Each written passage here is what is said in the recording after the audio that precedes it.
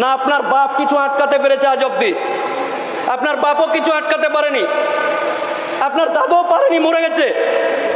না আপনার বাপ পেরেছে, না আপনার দাদু পেরেছে। ওয়াকফ আইন চালু হয়ে গেছে, মসজিদ, দরগা, খানকা, কবরস্থান সমস্ত কিছু 5ই ডিসেম্বরের মধ্যে আপনাকে উম্মিদ পোর্টালে আপনাকে রেজিস্টার বা নথিভুক্ত করতে হবে। আপনি বলতে পারেন কে বলেছিল ওয়াকফ আইন মানি না, কে বলেছে এই করে দিব।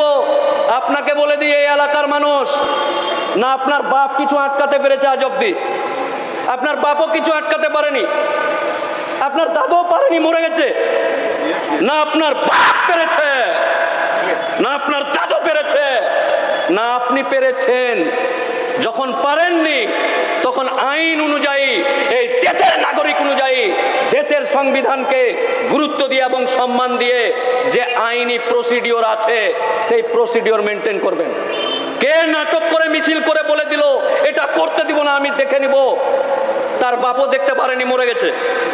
অতএব নাটক না করে, গল্প গুজব না করে, আইন অনুযায়ী 5ই ডিসেম্বরের মধ্যে যে মসজিদ, যে দরগা, যে কবরস্থান, যে আল্লাহর ঘর এখনো সেন্ট্রাল গভর্নমেন্টের উম্মিদ পোর্টালে রেজিস্টার হয়নি, ইমিডিয়েট করেন।